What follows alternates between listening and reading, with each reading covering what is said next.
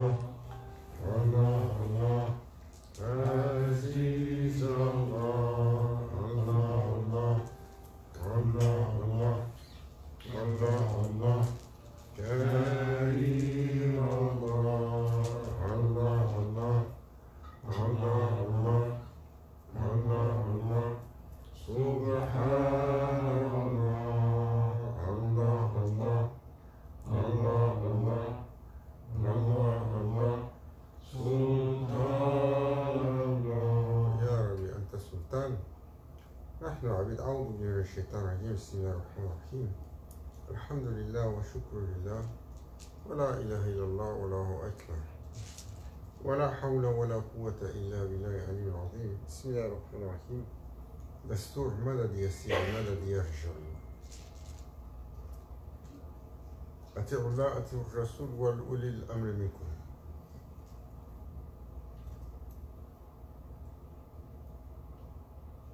Louange à Allah Azzawajal qui nous a accordé ses faveurs multiples, d'être honoré des honneurs dans ce temps particulier, les honneurs de l'islam, les honneurs de la tariqa, les honneurs du désir de la quête spirituelle. Les serviteurs, toujours, il se doit de renouveler ses intentions de suluk, ses intentions de quête sur un chemin. Pourquoi? Parce que le chemin vers la présence divine est relativement long et les pièges sont nombreux. Et parmi les pièges, c'est la fatigue, ou c'est la perte d'enthousiasme, ou la désillusion, ou d'être blasé. Et la désillusion, pas parce que on ne trouve pas ce qu'on cherche, mais parce que ce qu'on cherche est d'abord et avant tout le fruit de notre imaginaire. Souvent,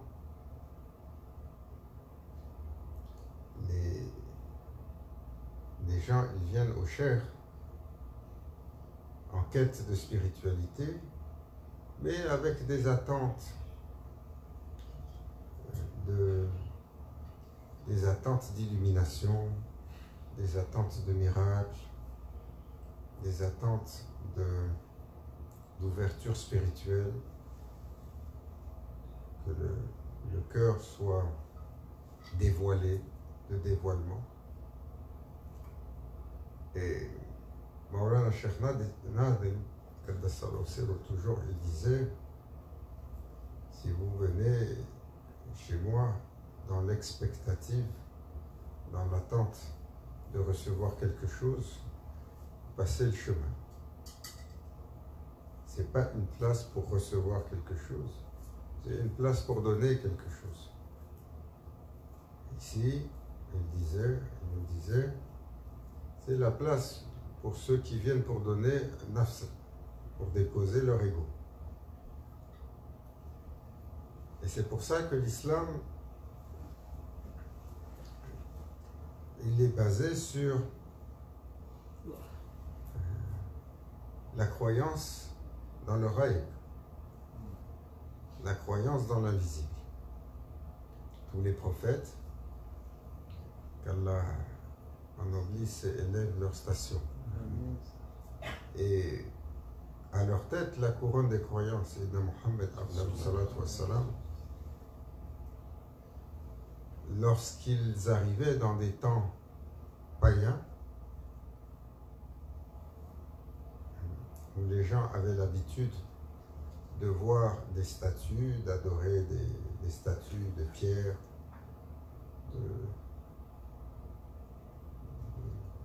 d'argile, de métal, de bois.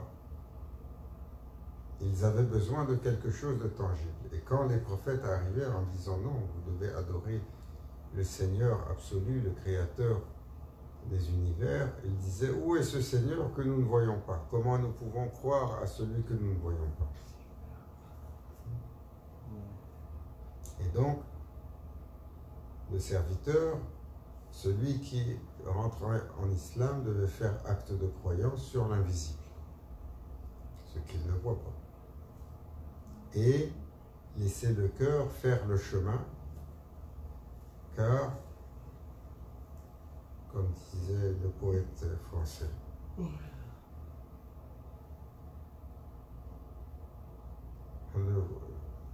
l'essentiel est invisible aux yeux, je ne le vois qu'avec le cœur. Hein? Qui est-ce qui a dit ça? Saint-Exupéry.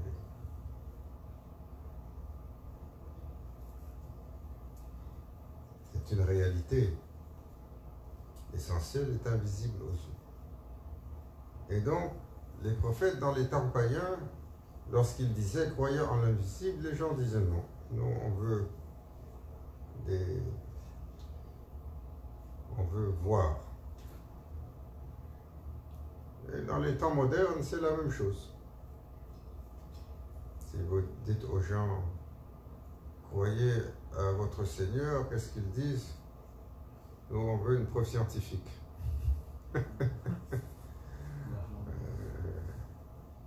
Vous voulez une preuve scientifique? Frère, quand la bouche elle va se remplir de terre, vous aurez la preuve. La preuve scientifique,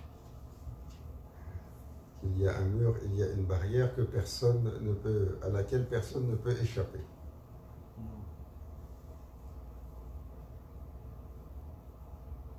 Et le serviteur, donc, toujours, les prophètes ont invité les serviteurs à croire à ce qu'ils ne voyaient pas et à laisser cheminer à l'intérieur d'eux la croyance, la foi et l'épanouissement de ce jardin. Quelqu'un m'a posé la question pour dire, à un moment donné, je suis arrivé aux portes de l'islam à travers une belle littérature. Et je l'ai lu, cela a touché mon cœur, ça m'a ouvert le cœur. Mais aujourd'hui, je traverse des temps difficiles, il y a une certaine aridité à l'intérieur de ma poitrine. Cette aridité frappe tous. Pourquoi? Pour de nombreuses raisons. D'abord et avant tout, en fait, sallallahu alayhi wa sallam, il a comparé ce jardin intérieur, celui de la foi, à un arbre qui a besoin d'être arrosé, d'être constamment arrosé. Si vous ne l'arrosez pas, il se défraîchit, il perd de ses feuilles, il finit par s'assécher. Et nous l'arrosons avec notre adoration, avec nos actes de piété, nos actes d'adoration, mais également en cultivant le bien, en suivant les commandements divins, et en s'abstenant du mal. Et, bien entendu, en accompagnant les revivificateurs du cœur, quels qu'ils soient les savants, qu'ils soient les sages, qu'ils soient les salih, les purs, les épurés, qu'ils soient les awliya, qu'ils soient les nobles de caractère, les vertueux, les croyants, leur compagnonnage imprègne de quelque chose et nous fait grandir. Alors, le shaitan, toujours, il va rentrer par toutes ces portes-là. Il va d'abord essayer d'isoler le serviteur. Il va essayer d'isoler le serviteur en lui trouvant une raison. Tu habites trop loin. Ou alors, avant tu avais le temps, mais maintenant tu travailles. Ou alors, maintenant, avant tu étais célibataire, maintenant tu es marié. Ou alors, avant tu étais marié, maintenant tu as des enfants. Comme il a dit notre frère, Tariqa c'est Sunna, la famille c'est le Fard. Après ça, j'aime pas la nouvelle couleur de peinture qu'ils ont mis. Des fois, ça peut être aussi futile que ça. Ou celui qui est là et qui parle.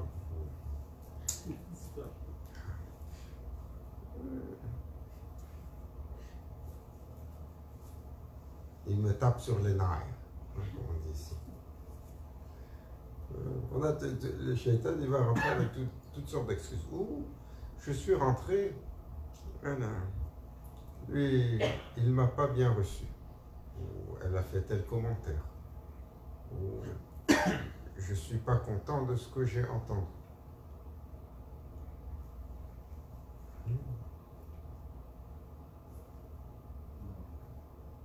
Shaitan, saïdou billah, va tout faire pour attraper le serviteur qui est sur le chemin de la quête à travers toutes sortes d'excuses,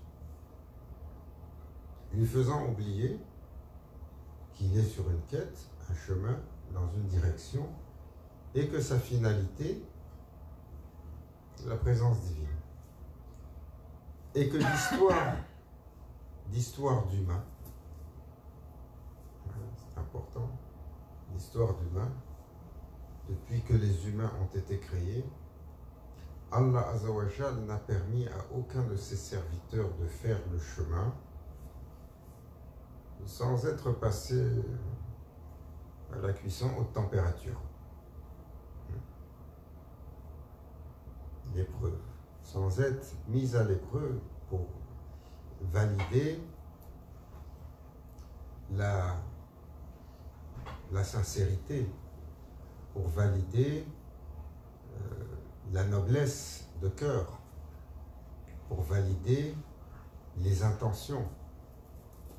Et c'est pour ça que le prophète Abdallah wassalam, a dit, parmi les humains, les prophètes ont été ceux qui ont été les plus éprouvés, testés. Et parmi eux, j'ai été celui qui a été le plus éprouvé. Ah, ça. Le serviteur peut choisir, dire moi je veux une vie tranquille. C'est son droit.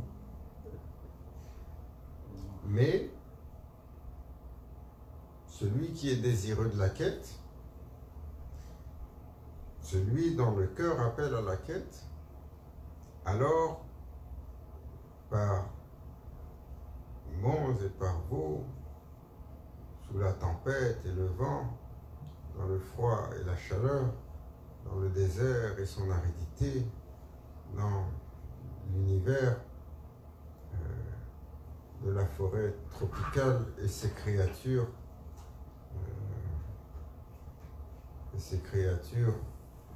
dangereuses, jamais il ne baisse son enthousiasme et sa détermination. Et comme ça. Et l'épreuve viendra. Elle viendra de tout ce qui nous entoure. Allah Azza wa Jalla a prévenu. Si vous désirez votre Seigneur, alors vous serez mis à l'épreuve, même avec ce qui vous est le plus cher, avec ce que vous aimez le plus. Hein? qu'est-ce qu'on va mettre à l'épreuve? Là, on va le priver d'agneau, on lui donne le poisson.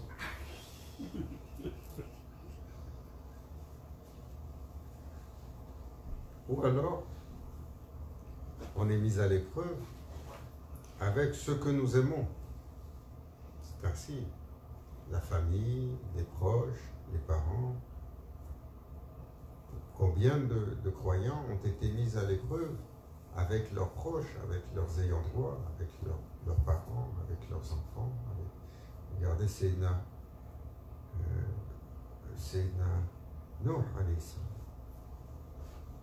Son fils a refusé de monter sur le bateau. Regardez Séna Lot alayhi salam. Son épouse a refusé d'abandonner ce que Allah a condamné et avait une inclinaison en disant mais il a dit ne te retourne pas, viens. Elle s'est retournée, elle est partie avec la vague. Et ce sont des épreuves qui n'ont pas été faciles pour ces prophètes. Même si ce sont des serviteurs d'un niveau de foi exceptionnel, Allah Azzawajal leur a mis amour, attention, compassion et un attachement avec leur famille.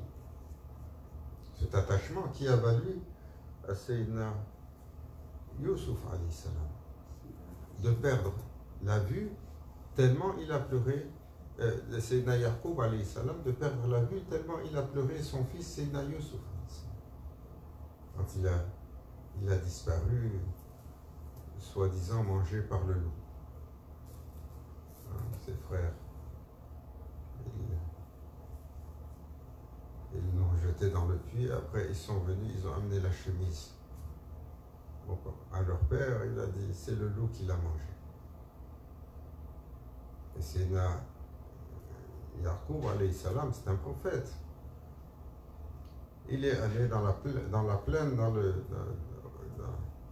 pour aller parler au loup. Il a dit, comment tu as osé toucher à celui que Allah a écrit dans les cieux que c'est un prophète et c'est mon fils? Le loup lui a dit, moi je ne l'ai pas mangé. Alors il a dit à ses fils, vous avez menti. J'ai questionné le loup, il m'a répondu. Et il en a perdu de la vue. Il a tellement pleuré. Il s'est tellement lamenté.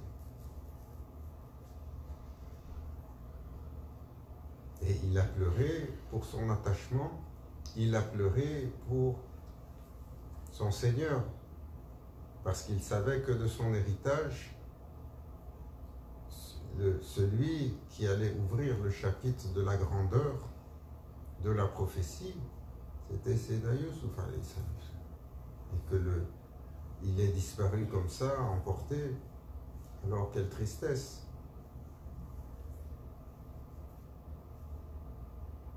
Et cette détermination doit toujours être forte chez le serviteur.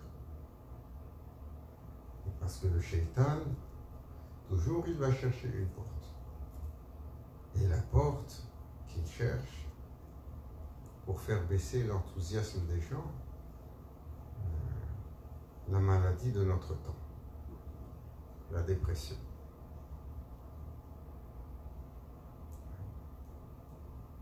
Combien de gens alors sombres et leurs émotions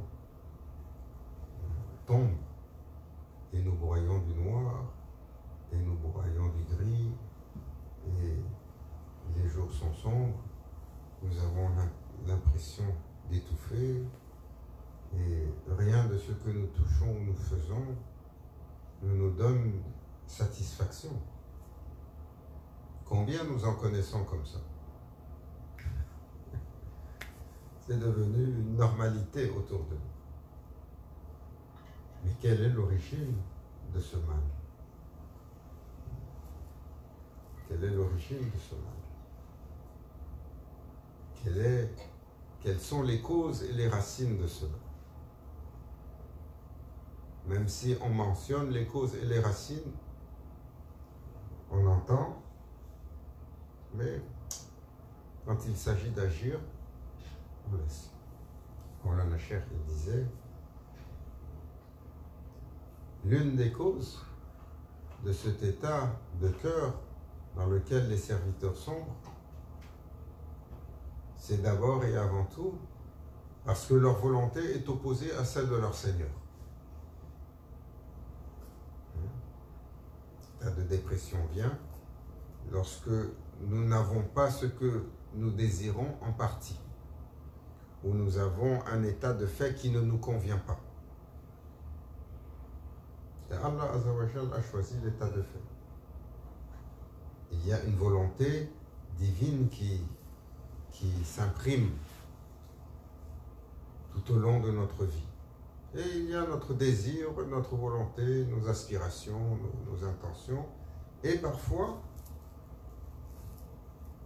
nous n'arrivons pas, tout le temps, nous n'arrivons pas à les matcher. Pas parfois. Donc l'un des travaux du serviteur qui doit faire acte de chaque serviteur doit déployer sa propre volonté. Et le serviteur, quand il déploie sa volonté, il doit apprendre à l'enligner sur la volonté divine. Et beaucoup de gens se posent la question, mais comment on sait c'est quoi la volonté d'Allah? La volonté d'Allah, pour la comprendre et pour la décoder, il faut purifier son intérieur. Et il faut suivre un cheminement pour pouvoir comprendre la volonté d'Allah. D'abord, il faut commencer à l'étape 101. Taslim, je me soumets, j'obéis au commandement de mon Seigneur. C'est-à-dire, je m'enquéris de ce qui est interdit, je m'abstiens. Et je cherche ce qui est obligatoire, je le fais. C'est le départ. Déjà là, beaucoup d'entre nous n'ont pas la note de passage. Pourquoi? Parce que quand on le dit, c'est interdit, on a Malèche, c'est pas grave. Allah dit ne touche pas. C'est un poison quand tu le touches. Dès que tu le touches, il rentre dans ton corps, dans ton esprit et dans ton cœur. Il y dissémine un poison qui nécessairement va te porter préjudice, même si tu penses que c'était goûteux et savoureux. Seulement si tu savais. Et remplis tes obligations. La base. Par la suite, nous devons apprendre à purifier notre cœur, notre caractère, à se défaire des mauvaises manières, pour que le cœur, devenu de plus en plus illuminé, de plus en plus fort, alors commence à devenir subtil. La foi y grandit et la lumière du serviteur change et il migre de l'état de taslim, du serviteur que l'on appelle le musulman, muslim, il migre vers le serviteur que l'on appelle mu'min, le croyant. Où Allah, le prophète sallallahu alayhi wa sallam a dit, faites attention à la vision du croyant. C'est avec la vision d'Allah qu'il voit. Donc il commence à percevoir, à comprendre, à lire, à décoder ce que le commun ne perçoit pas, ne lit pas et ne décode pas. Donc c'est un processus. On ne peut pas simplement s'asseoir et dire je vais questionner ma boule de cristal. Souvent, on veut savoir qu'est-ce que mon Seigneur a écrit pour moi. Tu dois vivre ta vie et apprendre à décoder comment aligner ton geste, comment aligner tes décisions, comment aligner ta volonté avec une tendance où ton cœur devient sensible. Dès que tu t'éloignes de ce qui est la volonté de ton Seigneur, tu sens une gêne, tu sens un malaise, tu sens un inconfort intérieur. Et ainsi de suite. Donc Maulana Cheikh disait, l'une des premières conditions,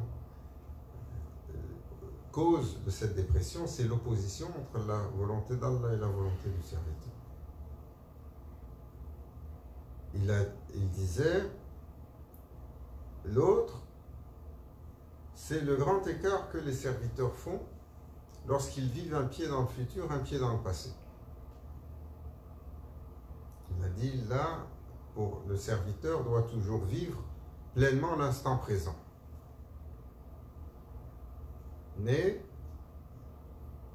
nous avons atteint un stade de vie où nous sommes toujours dans le passé ou dans le futur. Et Maulana Cheikh Nazim, il expliquait, un pied dans le passé, un pied dans le futur, il est dans un grand écart et il est en déséquilibre et le présent n'a plus aucune valeur, plus aucune teneur, aucune réalité. Pourquoi?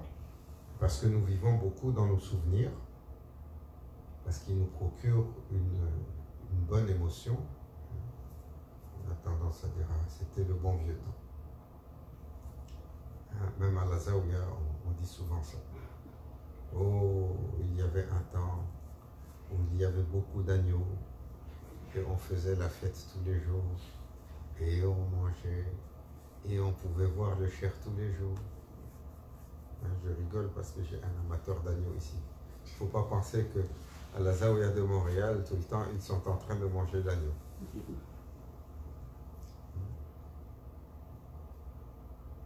Mais, parce que lorsque la vie évolue, lorsqu'on passe d'une phase jeune à une phase adulte, alors l'état change, les épreuves changent, la réalité change. Et l'autre, c'est l'anticipation du futur, l'anxiété de ce qui s'en vient et les incertitudes et la crainte que nous n'aurons pas notre travail, qu'est-ce que je vais faire demain, est-ce que je vais arriver, comment je vais faire pour payer la deuxième voiture ou la deuxième maison, est-ce que je vais arriver. On est toujours anxieux, oubliant que tout appartient à Allah. Ce que tu vas manger, ce que tu vas gagner, ce que tu ne vas pas gagner, c'est déjà écrit. Que tu sois anxieux ou pas, ça ne changera rien. Alors mieux vaut dormir sur nos deux oreilles. Inch'Allah, tawakkaltu ala Allah. Beaucoup me diront, c'est beaucoup plus simple à dire qu'à faire. Mais c'est un travail que le serviteur doit faire. Ce n'est pas quelque chose qui spontanément apparaît dans le caractère. Il faut se reposer sur son Seigneur, il faut reposer sur son Seigneur, il faut méditer. Alhamdulillah, à tel âge, je suis rendu comme cela. Combien de fois j'ai dormi à la belle étoile parce que je n'avais pas un toit? Combien de fois j'ai dormi le ventre vide parce que je n'avais pas à manger? Qui a dormi le ventre vide? On parlait de l'histoire de Sayyidina Yusuf alayhi salam. 7 années. Ils ont une famille qui a frappé 7 ans. Quand elle est tombée, la famine, subhanallah, 7 années. Le jour où la famine a été décrétée, les plantes se sont asséchées sur le champ. La nuit, elles étaient vertes, le lendemain, elles étaient jaunes. Et les gens se sont levés le lendemain, après avoir dormi, ils se sont levés affamés comme s'ils n'ont pas mangé. Et là, ça a commencé. Nous, on n'a pas eu ça. Allah fournit, Allah donne. Donc le serviteur doit apprendre, même dans la difficulté, à raisonner, à se raisonner, à se rappeler des faveurs qu'il y a et de toujours reposer sur son Seigneur. C'est un travail intérieur. Ce n'est pas quelque chose qu'on va acquérir à l'extérieur. Et donc, plonger dans les souvenirs de la mémoire, les beaux souvenirs, lorsqu'on trouve le présent qui est un peu dur et un peu amer, ou être dans l'inquiétude du futur, créer une turbulence dans l'émotion et créer un débalancement. Et on est désaxé sur le moment présent que l'on devrait vivre avec plénitude. Comme si c'était le meilleur des moments. Masha'Allah. Le meilleur des moments. Et Maulana Cheikh, il disait aussi, l'une des raisons pourquoi les cœurs se dépriment, c'est que nous faisons les choses pour autre que Allah. Ce sont nos gestionnaires ici. Vous n'avez pas fait les théories managériales pour contrôler les ressources humaines. Hein? Ça, c'est l'esclavage déguisé, ça. Il dit comment faire travailler les gens. Mieux faire travailler les gens, hein, en faisant du renforcement positif, en leur donnant une tape dans le dos, comment les amener à une performance accrue et à comprendre la psychologie de l'employé. On est dans la course à la performance. Et qu'est-ce qu'ils disent? La dépression qui frappe les gens au travail, très souvent, c'est quoi? C'est qu'ils se sont donné des objectifs pour lesquels ils ont beaucoup travaillé, et quand ils espèrent avoir un retour sur cela, le retour n'y est pas. Hein. L'employé qui travaille pour faire plaisir à son boss, et quand vient l'évaluation, il est cassé. Une fois sur deux, il prend congé pour aller, il est déprimé, il s'en va.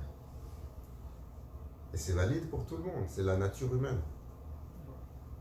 Lorsque nous faisons des choses avec intérêt, avec une attente, avec une expectative d'un résultat ou d'un rendement qui vient des humains, lorsque cela ne vient pas, il y a ce qu'on appelle un effondrement intérieur.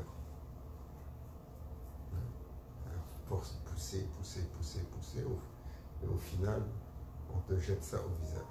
Tous ceux qui travaillent dans ce monde, parce que ça arrive fréquemment, ont connu ça. Mais tous ceux qui sont également dans des relations amicales, où est-ce qu'il y a du mouvement, ou dans des relations maritales, où est-ce qu'il y a du mouvement également. L'une des raisons pourquoi il y a les conflits, c'est que souvent, une des personnes va faire un effort, il va faire beaucoup, et la personne qui est en face ne montre pas de gratitude pour ce qui a été fait. Surtout s'il essaye de marcher sur des œufs et se plie en quatre pour essayer de faire plaisir, et au final, ça ne marche pas. Tout le monde se fâche. Pourquoi? Parce que nous ne faisons pas les choses pour Allah. Celui qui fait les choses pour Allah, même si on est dans l'interaction avec les humains, et que l'interaction avec les humains nous donne des droits. Mais le prophète sallallahu alayhi wa sallam a enseigné que l'ihsan, l'excellence, pour le serviteur, celui qui ne demande pas son nom. C'est ce qu'il a montré lui de son comportement. Il a fait les choses pour le plaisir de son Seigneur. Comme on disait hier, comment il disait ce professeur sénégalais, le romantisme. Il a décrit le romantisme comme celui qui agit sans peur du lendemain, et sans peur de ce que disent les autres, et sans peur des conséquences. C'était plus pragmatique et moins romancé que d'autres auraient espéré. Le serviteur qui agit pour son Seigneur, il n'espère pas un retour des hommes. C'est très difficile, n'est-ce pas? Parce que nous voulons le retour des hommes. Nous voulons la reconnaissance. Nous voulons être remerciés. Nous voulons de la gratitude de ceux pour lesquels on fait un effort. Hein? Souvent, quand on est à la Zawiya et qu'il y a beaucoup de gens qui arrivent, font des choses avec enthousiasme, et ainsi de suite. C'est un microcosme d'apprentissage. Et un jour, parce que on fait beaucoup d'efforts, parfois l'effort n'est pas apprécié, parfois l'effort est critiqué, parfois on trouve un boss en opposition qui commence la chicane pogne. Le serviteur qui se dit, non, non, pour Allah. Si ça n'a pas marché, frère, j'ai fait les choses de mon mieux pour le plaisir de mon Seigneur. Si ça n'a pas marché, je ne suis pas fâché. Si ce n'est pas apprécié, ce n'est pas plus grave. Je me retourne, je fais autre chose. Il ne faut pas se laisser tromper par l'émotion qui te dit, ah, le shaitan il va embarquer, il dit, regarde, tu fais 1000 fois l'effort des autres, regarde ce qu'il te donne. Et là, commence à penser. Et là, l'enthousiasme baisse. Et le goût d'aller, de s'asseoir, de venir au majlis diminue. Pourquoi? Parce que l'appréciation de l'autre, le retour de l'autre est important. Zawiya a une discipline qui va toucher tout le monde. Que l'on voit la discipline ou que l'on ne la voit pas. Et il vaut mieux être vigilant, comprendre que c'est une place de discipline. Comme ça, quand le travail commence, hein, on ne part pas en disant c'est pas ce que je voulais. C'est arrivé à de nombreuses fois. Parce qu'on a l'impression qu'il n'y a pas de discipline. Dès que vous avez un désir de quête sur un chemin, là commence le travail. C'est une nécessité, c'est une règle de l'éducation spirituelle, qu'on le veuille, qu'on ne le veuille pas. Le serviteur. Et il a dit, ils ont fait, ils n'ont pas dit, ils n'ont pas appris.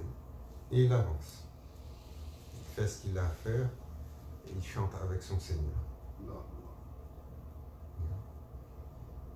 Et celui, en toute chose, ce n'est pas simplement dans le service qu'on fait à la Zawiya. Ce n'est pas simplement dans le relationnel avec nos patrons ou avec nos employés. Ce n'est pas simplement dans le relationnel avec nos frères ou nos sœurs ou nos époux, nos épouses. En toute chose, celui qui fait pour Allah et cherche Reda, la satisfaction de son Seigneur dans son action, ce que les humains lui donnent en retour, même si c'est un baril de fiel, même si c'est amer, alors il porte le fardeau d'une montagne sur le dos et continue son chemin. Hein? Tel a été l'exemple des grands prophètes. Tel a été l'exemple des grands chers, des grands awliya, des grands compagnons. Tel a été l'exemple de Sayyidina Ayoub alayhi salam. Le jour où tout le monde lui a tourné le dos, il a continué. Et il a continué sa dévotion, sans jamais se plaindre. Sans jamais se plaindre à son Seigneur. Lorsque tout le monde lui a tourné le dos. Lorsque le prophète sallallahu alayhi wa sallam, alors que la situation était difficile, les gens refusaient le message et lui ont envoyé les enfants pour lui jeter des pierres à Taïf, et que les compagnons étaient blessés. La montagne était coléreuse au point de vouloir anéantir la ville. Il a dit non. Laissez-les, ils ne savent pas. Je prie pour eux, Inch'Allah, que dans leur descendance, j'ai l'espoir qu'on sortir des croyants. Et c'est ce qui est arrivé. C'est Nuh alayhi salam. Combien de temps il a patienté? 1 siècle, 2 siècles, 3 siècles, 4 siècles, 5 siècles. Et un jour, il a perdu patience. Et qu'est-ce qui est arrivé? Quand il a perdu patience, il a demandé à son Seigneur, il a dit avec lui, ils sont sans espoir. Et pourtant, Allah Azzawajal lui avait donné la force. Vous savez, Maulana Cheikh Nazim, il expliquait, il dit tous les jours il allait prêcher auprès de son peuple, les idolâtres, tous les jours il le battait. Il lui lançait des pierres, il le tapait à coups de bâton et il le laissait blessé. Sayyidina Jibril venait la nuit pour lire sur lui. Et un jour, il a perdu patience. Et il a demandé qu'Allah Azzawajal les anéantisse, car il n'y avait pas d'espoir pour eux. Ce que Allah a fait, mais après il lui a donné une leçon, il aurait dû garder patience. Comme il l'a fait avec Sayyidina Moussa, alayhi salam. 40 années, aussi, il se faisait jeter en dehors du palais de Pharaon. Sayyidina Moussa, alayhi salam, Allah lui a dit, retourne, essaye encore. Parle-lui avec plus de douceur. Parle-lui avec plus de respect. Peut-être tu arriveras à attendrir son cœur. Tous les jours, il retournait. Et tous les jours, il en mangeait. Jusqu'à ce que Allah décide que c'était assez. Alors, il faut faire les choses pour Allah. Faire les choses pour Allah, pour son plaisir, cela veut dire que nous devons constamment nous questionner. Tant et aussi longtemps que dans nos agissements, dans nos intentions, dans notre désir, c'est pour le bien-être du nafs, du moi, et qu'on oublie le plaisir d'Allah, son droit, alors le bonheur ne pourra pas rentrer dans le cœur du cœur.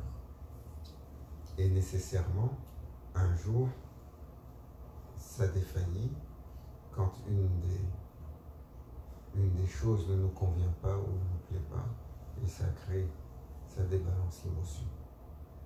Qu'Allah nous protège de ce fléau, qui nous accorde le contentement du cœur, l'amour et la sérénité, qui nous donne la force et la détermination de marcher le chemin de la quête, jour après jour, sans jamais perdre notre enthousiasme, que le vent soit du froid polaire, qu'il soit du désert ardent, ou que l'environnement soit le plus hostile, qu'Allah nous garde sans jamais perdre l'horizon de notre quête, sa présence, l'horizon de notre quête, Rida, la satisfaction divine, au-delà de toute autre chose, au-delà de toutes nos volontés, de tous nos désirs. Ya Rabbi, fais que notre cœur soit désespéré, avec la force la plus ardente, à la recherche de Rida d'Allah, du plaisir de la satisfaction divine. Jamais que nous soit donné d'être enfourchés par notre nafs et qu'il nous mène, que le shaitan prenne le morse de notre monture et nous mène à bon escient. Ya Rabbi, protège-nous. Protège-nous. A'oudhu billahi minash shaitanir rajim. Protège-nous de cette énergie qui fait tellement de tort aux humains. Et libère-nous le cœur de l'idolâtrie cachée. Amen. Celle qui, au lieu de mettre Allah comme le centre de toute chose, finit par mettre notre propre ego comme le centre de toute chose, subtilement. Protège-nous, Ya Rabbi, par l'honneur et l'amour de la couronne des croyants. Sayyidina Muhammad alayhi salatu wassalam, par le regard, la grâce et la guidance de nos الشيخ خاصة سيدنا سلطان الأولياء الشيخ محمد نازم حقا ومدد الحق سيدنا الشيخ محمد الشمكباني إلى حارتنا بالفاتحة.